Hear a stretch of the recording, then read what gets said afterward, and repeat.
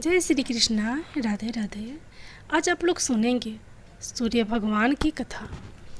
एक था राजा, एक थी रानी। उनके पास सिपाही, घोड़े, दास दासियाँ, धन दौलत सब कुछ था, सिर्फ उन्हें संतान नहीं थी। इसी कारण राजा रानी बहुत ही दुखी रहते थे। संतान प्राप्ति के लिए उन्होंने हर तरह का दान धर्म, धार्मिक अनुष्ठान, जप मंत्र, व्रत, पूजा पाठ किए, लेकिन कोई फायदा नहीं हुआ। अब राजा रानी दोनों ही बुढ़ापे की ओर बढ़ते गए तो होता क्या है कि दोनों गहन सोच में पड़ गए। अब हमारे इतने बड़े राज्य का क्या होगा? कौन बनेगा इस राज्य का वारिस? कौन लेगा प्रजा की जिम्मेदारी? राजा रानी दिन रात इसी चिंता में घुलने लगे।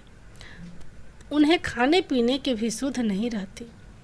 तो एक सुबह होता है क्या कि राजा के दरबार में एक साधु आता है। तो दासी रानी को इत्तिला करती है। तब वह दासी से कहती है, यह मेरा अंतिम दान धर्म है, इसके बाद मैं अपने हाथों से कोई दान धर्म नहीं करूँगी। रानी चावल भरा झाज हाथ में लेकर बाहर आती है और साधु की झोली में भिक्षा डालने आगे बढ़ती है। तो उसके चेहरे पर झाई उद्विग्नता साधु की दृष्टि में आती है। वह उससे पूछता है, रानी साहिबा, क्या हुआ? आप क्यों इतनी उदास है? तब रानी साधु को सारी हकीकत बताती है और सिसकने लगती है।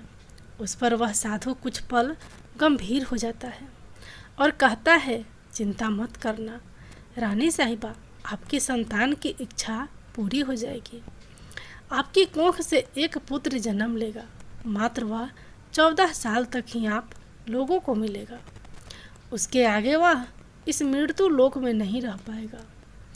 इससे बढ़कर आपको कुछ देना मेरे लिए संभव नहीं है। अपनी बात पूरी करते उसने अपनी झोली में हाथ डाला, थोड़ी सी भभूत निकालकर रानी को दे दी और कहा, आप और महाराज दोनों इसे बांटकर ग्रहण करना, तुम्हें जल्द ही पुत्र प्राप्ति होगी। इतना कहकर साधु अपनी राह चला गया। उसके जाने के बाद रानी सोचने लगी, 14 साल तो 14 साल ही सही, उतने समय के लिए हमें पुत्र मिलेगा, यही काफ़ी है। उतने साल तक मैं उसे जी जान से बड़ा प्यार करूँगी, उसे ढेर सारा लाड़ दुलार दूंगी, अपने संतान की मुराद पूरी करूंगी। उस रात अपना सारा राज्य काज खत्म करके राजा जब रानी के महल में गए तो रानी ने क्या किया कि राजा को सारी बात बताई और साधु की दी हुई भभूत राजा को दिखाकर बोली, साधु महाराज ने यह भभूत हम दोनों को ग्रहण करने को कहा है। राजा बोले, इतना दान धर्म किया, जब तप किया, कोई फल नहीं मिला। अब इस भभूत से हमें संतान प्राप्ति होगी क्या? उस पर रानी बोली, जब इतना सब कुछ किया तो अब यह भी सही। खाम खवाह उस साधु के क्रोध को क्यों बुलावा दे? राजा को अब किसी पर विश्वास नहीं था, लेकिन पत्नी को दुख ना पहुँचे इसलिए वह राजी हो गया। राजा राजी हो गया तो फिर क्या होता है कि राजा रानी दोनों नहाते धोते हैं, फिर अपने भगवान का नाम स्मरण करते हैं, अपने पुरखों को स्मरण करते हैं और उस साधु महाराज का नाम स्मरण करके वह भभूत बांट कर दोनों खाते हैं। उसके बाद दोनों निश्चित होकर सो जाते हैं। तो कुछ दिन गुजर जाते हैं और साधु द्वारा कहे अनुसार रानी गर्भवती हो जाती है। उस पर राजा रानी दोनों की खुशी गगन में नहीं समाती। राजा रानी से बोला, महारानी, सचमुच साधु महाराज की कृपा हो गई। तो 9वें माह में 9 दिन और 9 घंटे पूरे होकर रानी ने एक सुंदर गोरे चिट्टे पुत्र को जन्म दिया। राजा ने बड़ी धूमधाम से पुत्र का नामकरण किया। सारे राज्य में 8 दिन तक अन्न संतपर्ण रखा उत्सव मनाया गया। अब पुत्र की कुंडली देखने के लिए राज्य के सबसे विद्वान पंडित को बुलाया तो कुंडली देखकर पंडित जी बड़े चिंतित हो गए। कहने लगे, महाराज, हमारा राजपुत्र सिर्फ 14 साल तक हमारे पास रहेगा।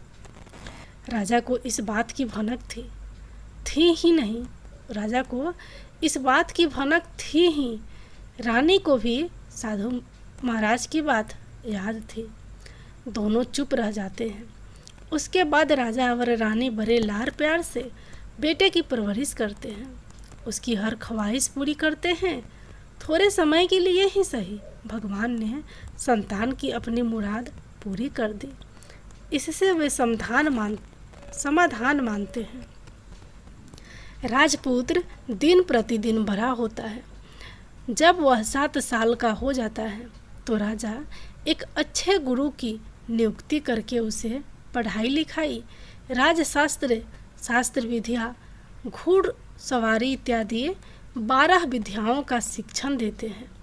जब वह सब शास्त्र विद्या में पारंगत हो जाता है और 12 साल की उम्र का हो जाता है, तब एक अच्छी सी राजकन्या खोजकर उसकी शादी कर देते हैं। तो 2 और साल बीत जाते हैं, बेटा 14 साल का हो जाता है। एक दिन राजपुत्र राजा से बोलता है, पिताजी, मैं अपना सारा राज्य घूम कर देखना चाहता हूँ। आज तक मैंने सिर्फ इस राजवाड़े की अतिरिक्त कुछ नहीं देखा। बेटे की बात सुनकर राजा चिंतित हो जाते हैं, क्योंकि पुत्र को 14वां साल शुरू हुआ था। अब कोई अनहोनी होने का वक्त नज़दीक आ पहुंचा था। लेकिन राजा ये सब बातें पुत्र को बता नहीं सकता था। वह क्या करता है कि चेहरे पर खुशी लाकर बेटे से कहता है, हाँ ज़रूर जाओ बेटा, तुम्हें अपना सारा राज्य घूम कर देखना चाहिए। कहाँ क्या है यह सब जानना चाहिए। कल मेरे बाद तुम्ही को तो राजा बनना है। मात्र एक बात का ध्यान रखे, तुम जहाँ जा रहे हो, क्या कर रहे हो, यह बात अपनी पत्नी को नहीं बताना। पुत्र कहता है, ठीक है पिताजी, आपने जो कहा है मैं वैसा ही करूँगा। तो होता क्या है कि राजपुत्र दिन भर अपनी पत्नी के साथ मौज मस्ती करता है, खुशियाँ मनाता है और रात को ठीक 12 बजे बिस्तर से उठकर बाहर चला जाता है। फिर पौ फटने से पहले वापस अपने महल में आकर सो जाता है। ऐसे बहुत दिनों तक चलता रहा। अब पुत्र का 14वां साल खत्म होने में कुछ ही दिन बाकी रहते हैं। इतने में क्या होता है कि उसकी पत्नी यानी छोटी रानी रात में जाग जाती है। वह देखती है कि बिस्तर पर राजपुत्र नहीं है। वह महल में सब जगह देखती है तो राजपुत्र कहीं भी नज़र नहीं आता। तो वह क्या करेगी, किससे कहेगी। वह चुपचाप रहती है। फिर भोर होने पर वह देखती है कि उसका पति अपनी जगह सोया हुआ है। वह पति से कुछ नहीं पूछती, लेकिन दूसरी रात भी वैसे ही होता है। तीसरी रात, चौथी रात, 5वीं रात, ऐसे बहुत दिन तक चलता रहा। रानी बहुत ही चिंतित हो जाती है। पति रात को जाता कहाँ है, किससे मिलने जाता है। उसको मन में ढेर सारे सवाल उठते हैं, लेकिन उसे पूछने से उसे डर लगता है। शायद पति गुस्सा कर बैठे। सास ससुर से पूछने के बारे में सोचा तो उसकी कुल मर्यादा बीच में आ जाती है। तो इस तरह मन ही मन वह कूढ़ती रहती थी। इस हालत में उसे खाने पीने में दिलचस्पी नहीं होती। वह दुबली पतली हो जाती है। तो उस राज्य में फूल बेचने वाली एक बुढ़िया मालिन थी। वह हमेशा छोटी रानी को फूल देने उसके महल में आती थी। उस बुढ़िया का ध्यान छोटी रानी पर पड़ जाती है। वह उससे पूछती है, बेटी, तुम्हें किस बात का दुख है, तुम इस तरह सूख कर कांटा क्यों बनी हो। उस पर रानी रोने लगती है और कहती है, क्या बताऊं तुम्हें अम्मा, तुम्हारा राजपुत्र हर रात बिस्तर पर से उठकर कहीं चला जाता है और सुबह भोर होते ही वापस आकर सोता है। वह कहाँ जाता है, प्रेमिका से मिलने जाता है क्या, यह सोच सोच कर मैं अन्न जल ग्रहण नहीं कर पाती हूँ। और सूख सूख कर इस तरह कांटा बन गई हूँ। बुढ़िया सब बात सुनकर उसे एक उपाय बताती है। तो बेटी ऐसा करना, आज रात तुम सोना मत, उसके पीछे जाकर देखना कि वह कहाँ जाता है, क्या करता है। उसकी अच्छी तरह से पहरेदारी करना। पर मुझे नींद आ गई तो? तुम्हें नींद ना आए इसलिए एक काम करना, अपने बाएं हाथ की उंगली में एक जख्म करना, उस पर थोड़ी सी मिर्च छिड़कना। उससे तुम्हें बड़ी जलन होगी और उस पीड़ा से तुम्हें रात भर नींद नहीं आएगी। रानी बुढ़िया के कहे अनुसार कहती है। उंगली की जलन से उसे बड़ी देर तक नींद नहीं आती, लेकिन बाद में वह सो जाती है। दूसरे दिन सुबह बुढ़िया फूल लेकर उसके महल में पहुंचती है और पूछती है, क्या हुआ बेटी, देख पाई क्या पति कहाँ जाता है? रानी कहती है, नहीं अम्मा, पहले कुछ समय जलन के कारण मुझे नींद नहीं आई, पर कुछ देर बाद मैं सो गई, इस कारण मैं कुछ नहीं देख पाई। बुढ़िया कहती है, कोई बात नहीं, आज तुम उंगली पर पहले से थोड़ा बड़ा जख्म करना और ज़्यादा मिर्च लगाना। तो रानी वैसे ही करती है, परंतु वह सिर्फ पति के बिस्तर से उठकर बाहर निकलते वक्त तक जाग पाई। वह उसके पीछे नहीं जा सकी क्योंकि उसकी आंख उस समय तक मूंद गई थी।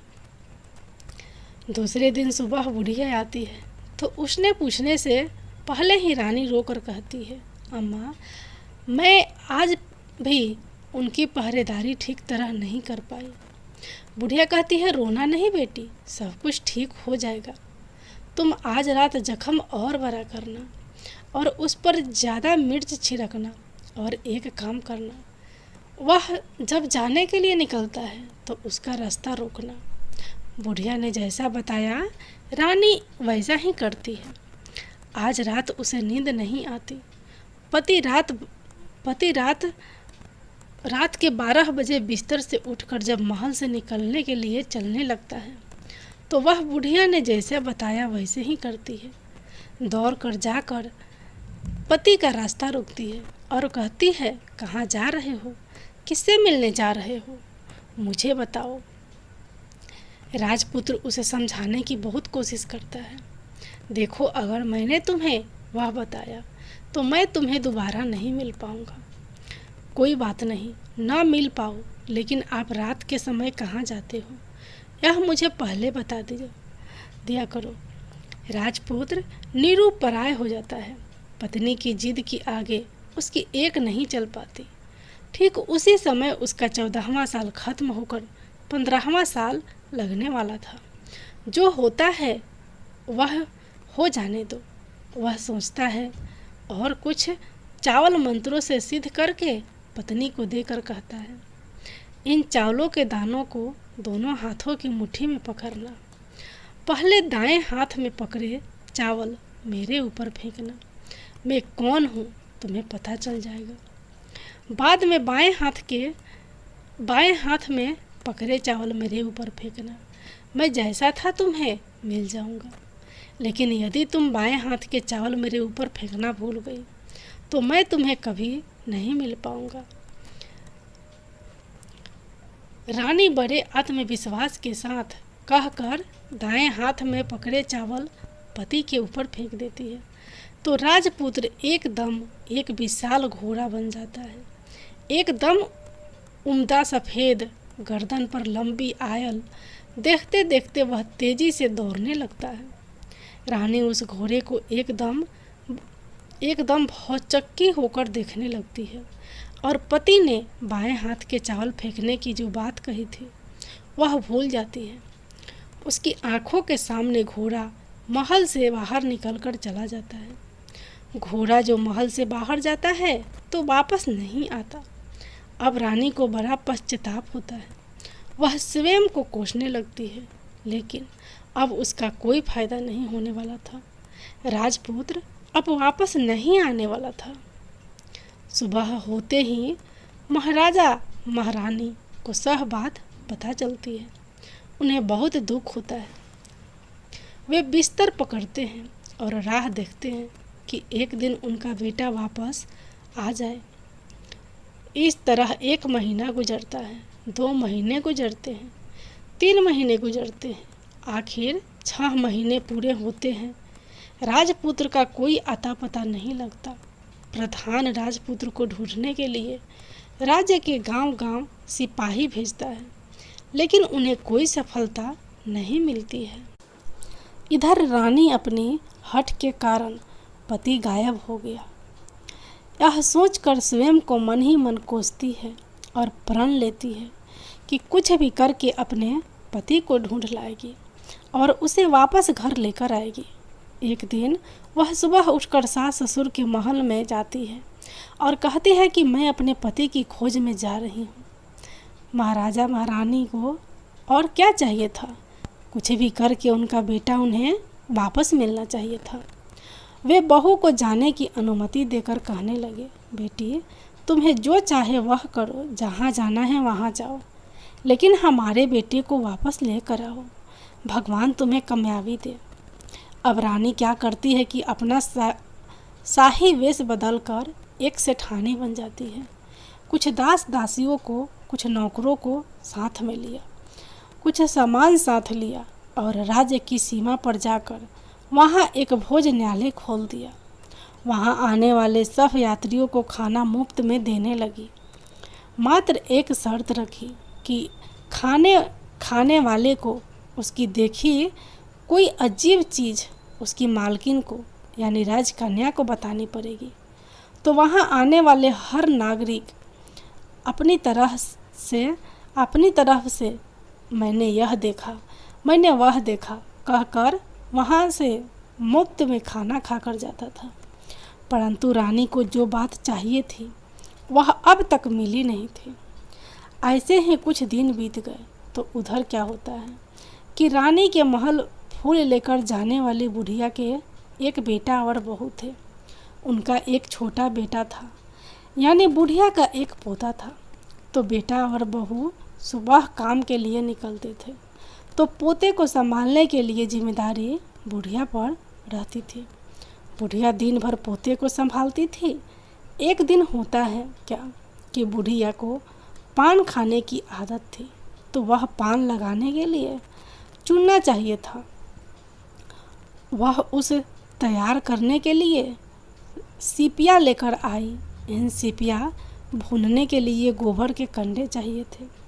कंडे इकट्ठा करने के लिए वह बांस की टोकरी लेकर चरवाहे के मैदान में गई।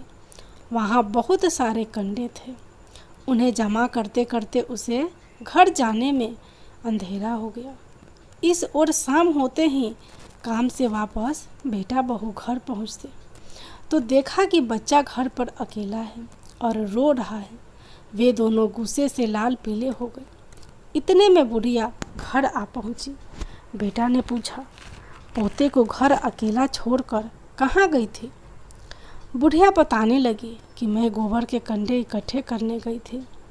इस पर बेटा बोला, दोबारा बच्चे को अकेला घर पर छोड़कर यदि कहीं गई तो मैं तुम्हें बहुत पीटूंगा। बुढ़िया कहने लगी, नहीं बेटा, फिर कभी ऐसा नहीं करूँगी। लेकिन दूसरे ही दिन बुढ़िया वह बात भूल गई और फिर चरवाहे के मैदान पर कंडे इकट्ठा करने चली गई। शाम को जब बेटा बहू काम से वापस लौटे तो देखते हैं कि बच्चा घर पर अकेला है और रो रहा है। अब उसके बेटे की सहन शक्ति खत्म होने लगी और बुढ़िया के वापस आने पर उसे घर से निकाल दिया। बुढ़िया माई रात भर घर के बाहर अंधेरे में बैठी रही और सुबह होते ही हाथ में टोकरी लेकर कंडे इकट्ठा करने के लिए निकल गई। उस दिन उस पर कंडे इकट्ठा करने का मानो पागलपन सवार था। कंडे इकट्ठा करते करते कब अंधेरा छा गया उसे मालूम ही नहीं चला। उसे जब ध्यान आया तो गांव का रास्ता भी ठीक तरह से दिखाई नहीं दे रहा था। वह अंधेरे में आंखें फाड़ कर देखती देखती किसी तरह आगे निकल पड़ी तो होता क्या है, एक कपिला गाय छन छन की आवाज़ करते, गले की घंटी बजाते ठुमक कर उस मैदान पर आ गई। उसे देखकर बुढ़िया सोचने लगी कि इस गाय के पीछे पीछे जाऊंगी तो गांव तक पहुंच जाऊंगी। तब बुढ़िया उसके पीछे पीछे जाने लगी। वह गाय क्या करती है कि उस मैदान से लेकर एक एक करके 6 मैदान पार करती है। आखिर में वह 7वें मैदान पर पहुंचती है। तो वहाँ क्या होता है कि उस मैदान पर एक बड़ा सा पत्थर है। गाय जाकर उस पत्थर को अपने सींग मारती है। सींग मारा तो वह पत्थर दूर हट गया और पाताल में नीचे जाने की सीढ़ियाँ दिखाई देने लगी। तब वह गाय उन सीढ़ियों से नीचे जाने लगी। बुढ़िया वह सब देखती रही और झट जाकर गाय की पूँछ को पकड़ लिए। पूँछ पकड़कर वह गाय के साथ नीचे पाताल में पहुंच गई। पाताल में पहुंचते ही तुरंत गाय की पूँछ छोड़ दी और इधर उधर देखने लगे। वहीं से बुढ़िया ने देखा कि पाताल में सब जगह जगमगाहट है, दिया दीप जलते हैं और तेज रोशनी गाय के ऊपर पड़ती है और वहाँ अद्भुत घटनाएं घटने लगी। गाय के नीचे जाते ही उसके गले में अपने आप शकल पड़ गई और छम छम करके कोई दुधारी में गाय को दूध दूहने लगी। लेकिन जो भी कोई वह कर रहा वह मात्र दिखाई नहीं दे रहा। बुढ़िया बहुत घबरा गई, कहाँ आकर फंस गई वह सोचने लगी और यहाँ वहाँ छिपने के लिए जगह ढूंढने लगी। लेकिन उसे कहीं भी जगह नहीं मिली। हर जगह उजाला ही उजाला था। तो वह यूँ एक कोना में खड़ी रह गई और जो कुछ सामने हो रहा था उसे चुपचाप देखने लगी। कुछ पल के बाद वहाँ झट से एक उम्दा सफ़ेद घोड़ा आया। वहाँ 2 कुंडे में उसमें एक कुंडे में उस घोड़े ने छलांग लगाई और ऊपर आ गया। अब उसे राजपुत्र का रूप प्राप्त हो गया। राजपुत्र बनने के बाद उसने दूसरे कुंड के पानी में स्नान किया। वहाँ रखे नए कपड़े पहने। नज़दीक ही एक सुंदर पलंग था, उस पर आकर बैठ गया। उसके सामने अपने आप पर पकवानों की थाली आ गई, दूध की एक प्याली आ गई, 5 सुपारी आ गए। उसके सामने एक दिया जलता रहा। राजपुत्र ने खाना खाया, दूध पिया, 5 सुपारी खाया और बिस्तर पर लेट जाने से पहले सूर्योदय का स्मरण करके सामने जलते हुए दिए से पूछा, दिए दीपंकर, मेरे माता पिता क्या कर रहे हैं? दिया बताने लगा, बेटे के शोक में डूबे हैं। राज्य कौन संभाल रहा है? राज प्रधान संभलता है। मेरी पत्नी क्या करती है? उसने चौराहे पर भोजनालय शुरू किया है और आते जाते लोगों से वह नई नई खबरें के बारे में पूछती है। दिए से यह कहते ही राजपुत्र कहने लगा, ठीक है। उसके बाद वह सो गया। बुढ़िया कोने में खड़ी रहकर यह सब देखती रही। ऐसी अद्भुत घटना उसने जिंदगी में पहली बार देखी थी। उसे अंदर ही अंदर चुलबुलाहट होने लगी। वह अपनी भूख प्यास भूल गई और आगे क्या होता है कि उससे उत्सुकता से देखने लगती है। लेकिन उसके बाद और कुछ घटना नहीं घटती। रात गई, गुजर गई और सुबह हो गई। सुबह होने पर पलंग पर सोया राजपुत्र उठा और फिर से पहले वाले कुंड में छलांग लगाई। तो अब वह फिर से घोड़ा बनकर कुंड से बाहर आ गया। बाहर आते ही वह तेजी से उस पाताल नगरी से बाहर निकल गया। लेकिन वह कहाँ गया, बुढ़िया को कुछ पता नहीं चला। उसके बाद पिछली रात की तरह कोई उस गाय का छम छम करके दूध दुहने लगा।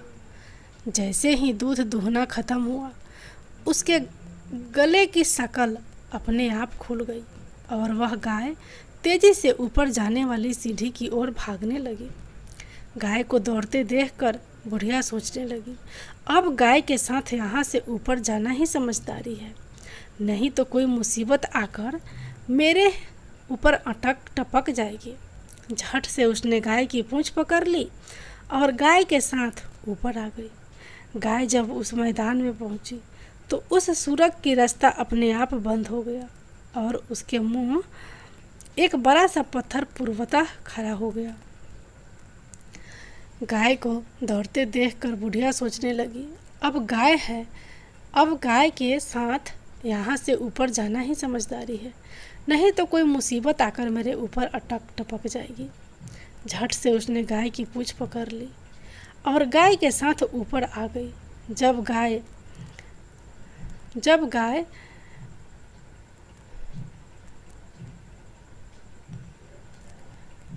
ऊपर मैदान में पहुंची तो उस सुरंग का रास्ता अपने आप बंद हो गया और उसके मुंह पर एक बड़ा सा पत्थर पूर्वतः खड़ा हो गया।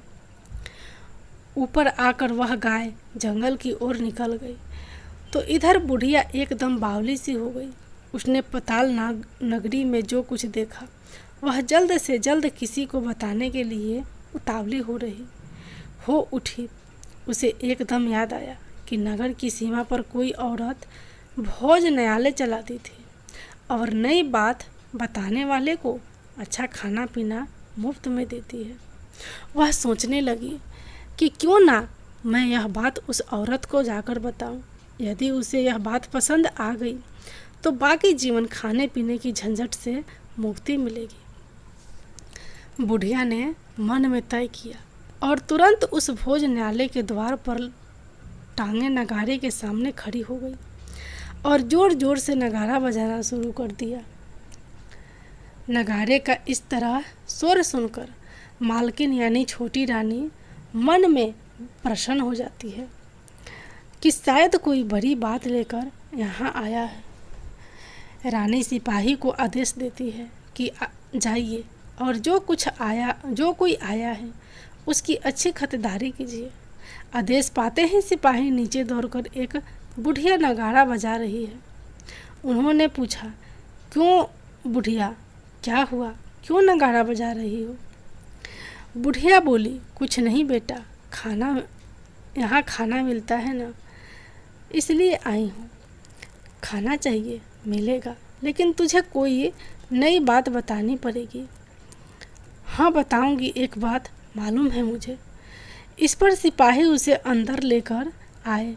उनको मालकिन का आदेश था कि जो कोई बूढ़ा बुजुर्ग वहाँ आए उनके साथ अच्छी तरह से पेश आना, उनका अच्छा आदर आतिथ्य करना। तो सिपाही ने इस बुढ़िया का भरपूर आदर आतिथ्य किया। उसे बड़ी सी थाली भरकर व्यंजन परोसते हैं। बुढ़िया कुछ दिनों से भूखी थी, वह खाने पर टूट पड़ी।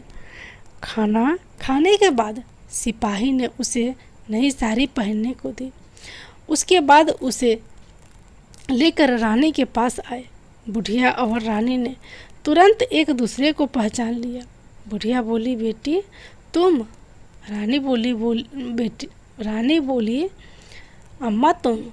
बड़ी देर तक दोनों भली भांति एक दूसरे को देखते रहे, बातें करती रहे। आखिर कुंवरनी बुढ़िया से कहने लगी, अम्मा अब बताओ तुमने क्या बात देखी है? नई बात? मैंने कोई नई बात देखी नहीं है। वह तो मेरे पास तुम्हें देने के लिए खाने के पैसे नहीं थे, इसलिए मैंने झूठ कहा और नगाड़ा बजाया। रानी ने कहा, अम्मा घबराना नहीं, मैं किसी को तुम्हारा नाम नहीं बताऊंगी। फिर भी बुढ़िया मैंने क्या देखा, कब देखा करके आनाकानी करने लगी।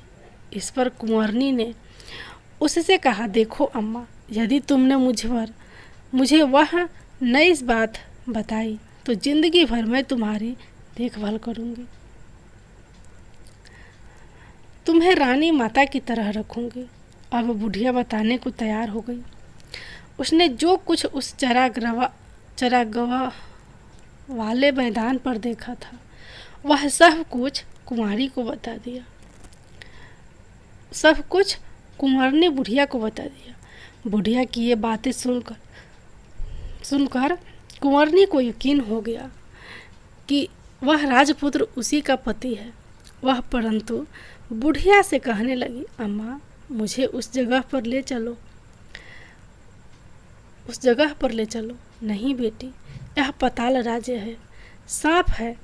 यदि किसी ने तुम्हें देख लिया तो 500 यदि तुम्हें किसी ने देख लिया तो तुम्हारी जान खतरे में पड़ सकती है। लेकिन रानी उसकी एक भी नहीं सुनी, उसे उस जगह ले जाने के लिए हट करने लगी। आखिर में बुढ़िया ने उसका कहना मान लिया और कहने लगी, ठीक है, मैं तुम्हें वहाँ लेकर चलती हूँ, पर आज नहीं, कल वहाँ जाना, तो शाम को ही जाना होगा। तो दूसरे दिन दोपहर को रानी बुढ़िया के साथ उस मैदान पर गई और एक जगह छुपकर गाय के आने की राह देखने लगी। दिन ढलते ही अंधेरा घेरने लगा है और गाय हमेशा की तरह वहाँ आ गई। मैदान के उस कोने में जाकर उसने पत्थर पर सींग मारा तो झट से पत्थर हटकर वहाँ सुरंग में जाने का रास्ता खुल गया है। गाय उस रास्ते से नीचे उतरने लगी तो बुढ़िया रानी से कहने लगी, जल्दी आगे बढ़ो बिटिया, हम गाय की पूँछ पकड़ कर नीचे उतरेंगे। तो दोनों गाय की पूँछ पकड़ कर नीचे उतर गई। बुढ़िया पहले जिस कोने में छिपी थी उस कोने में छिप गई। अब नीचे सब कुछ पहले जैसा घटित हो रहा था। गाय के गले में अपने आप शक्ल पड़ गई। कोई अदृश्य रूप से उसका दूध दुहने लगा। एक सफ़ेद उम्दा घोड़े ने आकर एक कुंड में छलांग लगाई तो राजपुत्र के रूप में ऊपर आया। वह राजपुत्र दूसरे कुंड में नहाने लगा। बाद में उसके सामने खाने की थाली आ गई, दूध की प्याली आ गई, पान बीरा आ गया। राजपुत्र सब ग्रहण करके सोने के लिए पलंग पर गया तो सोने से पहले सूर्य देव का स्मरण करके वह दिए से पूछने लगा, दिए दीपंकर, मेरे माता पिता क्या कर रहे हैं? तो दिया कुछ जवाब नहीं देता बल्कि वह पूछने लगता है।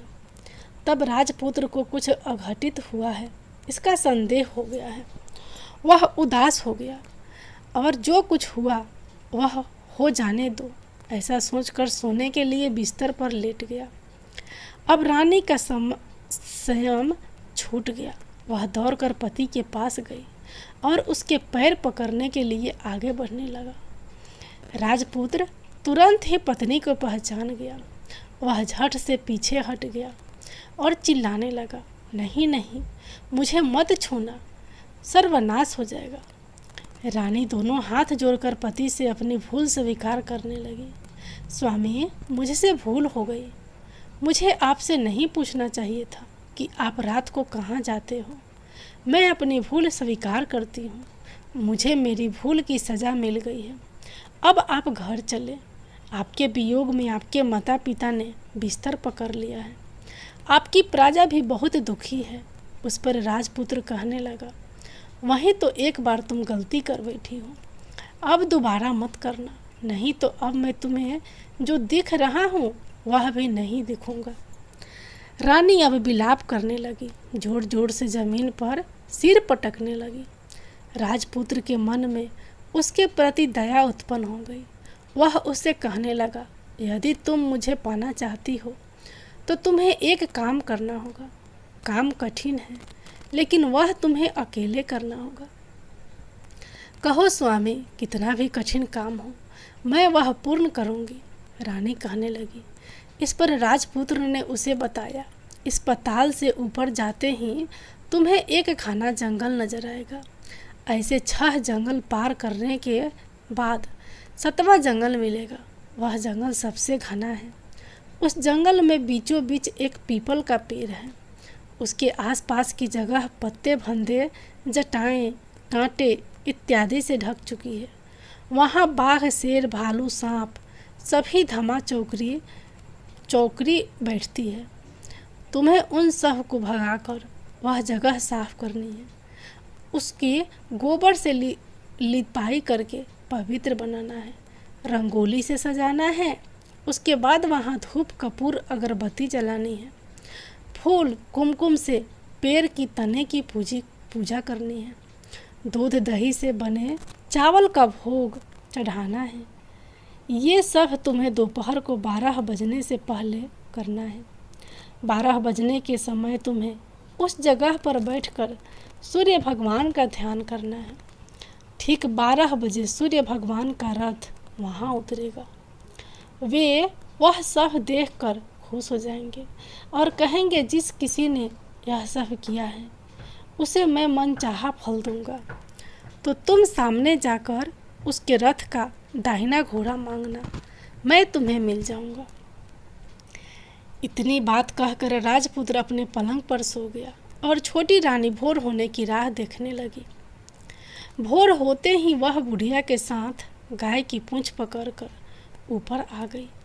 ऊपर आने के बाद वह बुढ़िया से कहने लगी, अम्मा, अब मैं अकेले ही आगे जाऊंगी, तुम भोज न्याले वापस जाओ। वह जंगल में जाकर राजपुत्र की बताई जगह ढूंढने लगी और स्वयं अरी से वह जगह साफ कर दी। बाद में राजपुत्र ने जैसे बताया वैसे लिपाई पोताई करके वापस आ गई। दूसरे दिन पौ फटने से पहले उठी और जंगल में उस जगह पहुंची। वहां जाकर इत्र गुलाब के पानी छिड़क कर वह जगह सुगंधित की। धूप अगरबत्ती जलाकर उसे पवित्र किया और पूजा की। सब सामग्री वहां तैयार रखकर सूर्य भगवान का ध्यान करने बैठ गई। जैसा कि पति बताया था, दोपहर को ठीक 12 बजे सूर्य भगवान का रथ उस पीपल के पेड़ पर आकर रुका है। सूर्य भगवान ने जब रथ से नीचे देखा तो सुगंधित वातावरण देखकर वह बहुत प्रसन्न हो गए।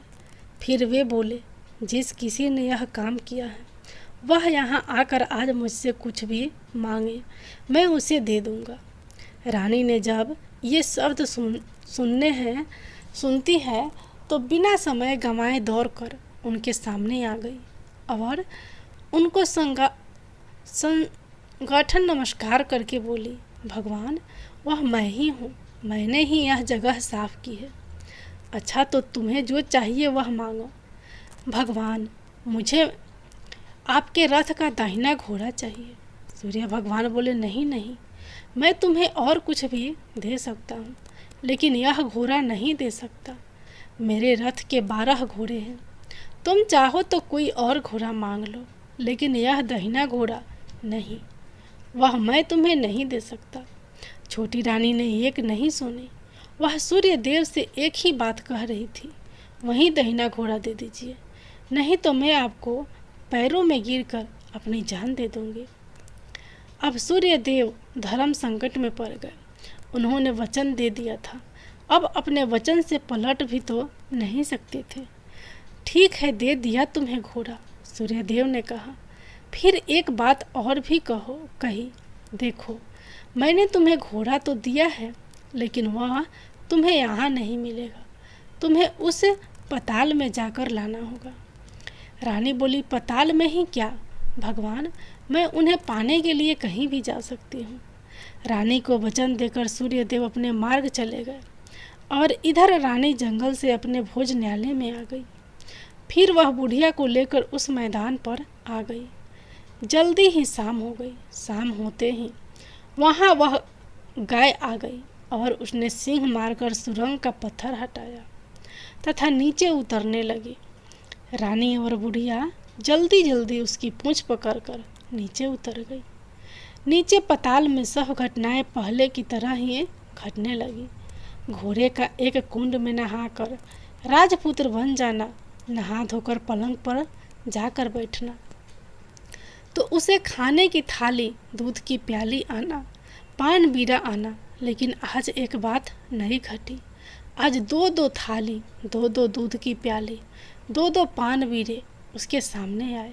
वह कुछ नहीं बोला, अपने हिस्से की थाली खाकर, दूध पीकर और पान बीरा चबाकर वह सोने चला गया और हमेशा की तरह दिए से पूछने लगा, दिए दिए दीपंकर, मेरे माता पिता क्या करते हैं? दिया ने बताया, वे दोनों तुम्हारे शोक में मरने की स्थिति में पहुंच गए हैं।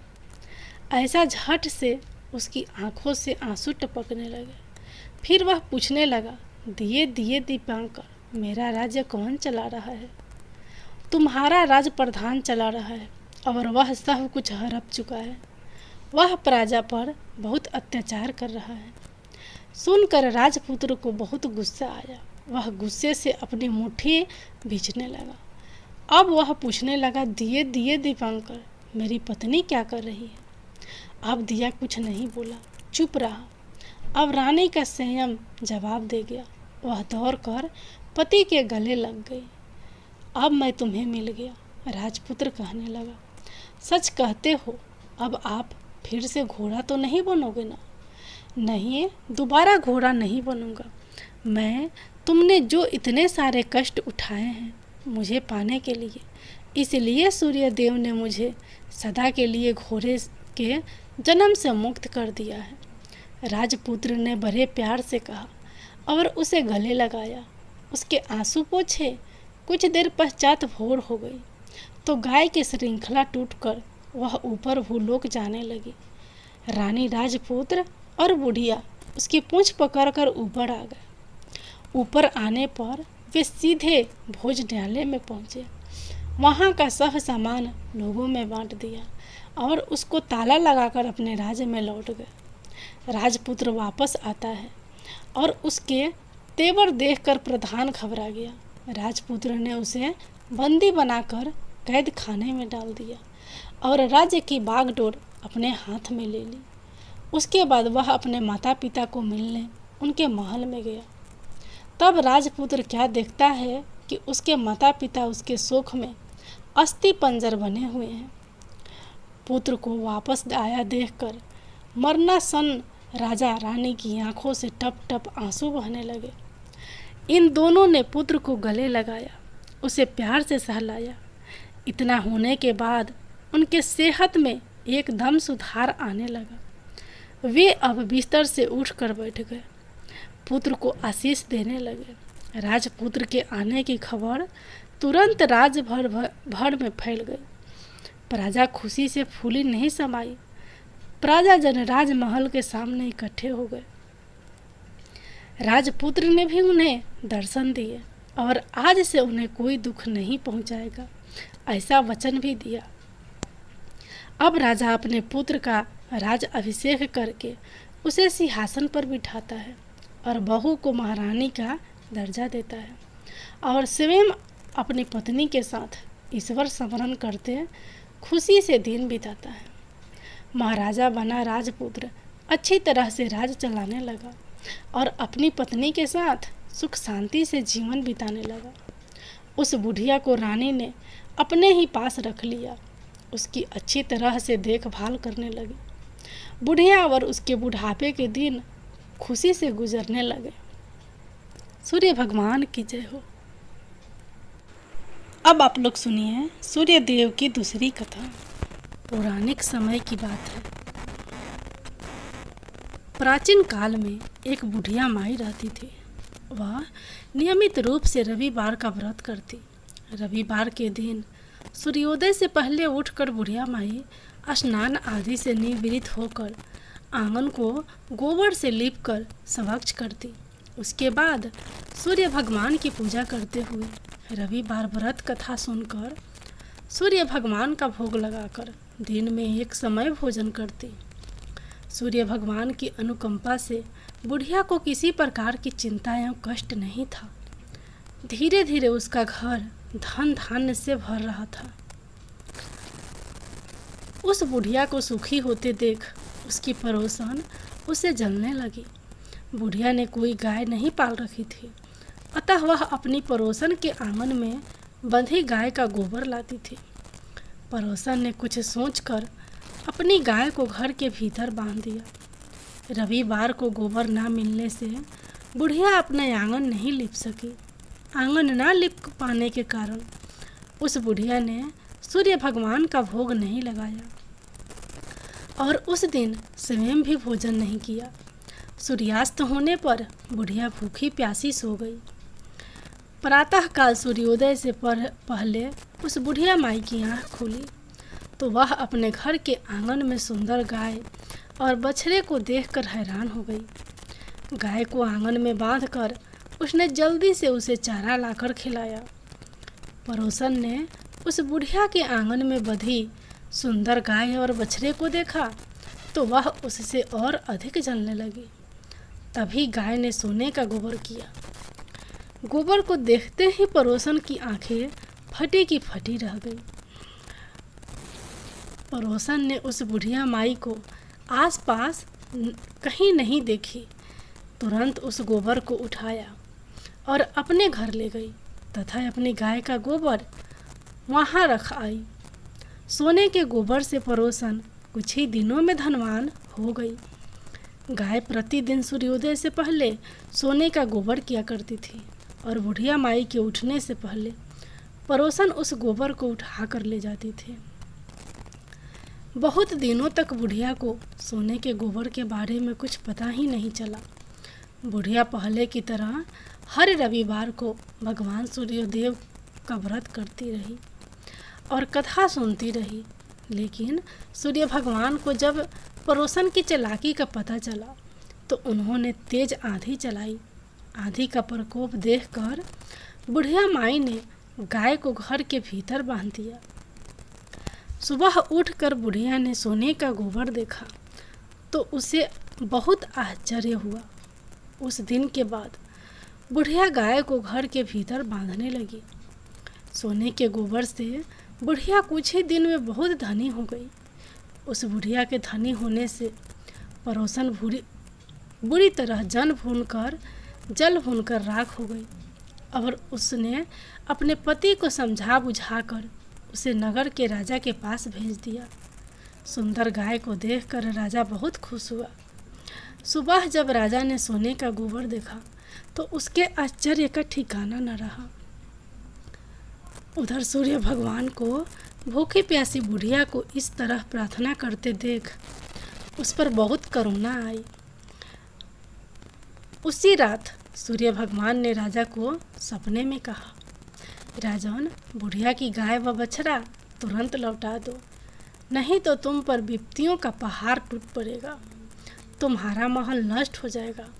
सूर्य भगवान के सपने से बुरी तरह भयभीत राजा ने प्रातः उठते ही गाय और बछड़ा बुढ़िया को लौटा दिया। राजा ने बहुत सा धन देकर बुढ़िया से अपनी गलती के लिए क्षमा मांगी। राजा ने पड़ोसन और उसके पति को उनकी इस दुष्टता के लिए दंड दिया। फिर राजा ने पूरे राज्य में घोषणा कराई कि सभी स्त्री पुरुष रविवार का व्रत किया करें। रविवार का व्रत करने से सभी लोगों के घर धन धान्य से भर गए। राजतय में चारों ओर खुशहाली छा गई। स्त्री पुरुष सुखी जीवन यापन करने लगे तथा सभी लोग के शारीरिक कष्ट भी दूर हो गए। सूर्य भगवान की जय हो।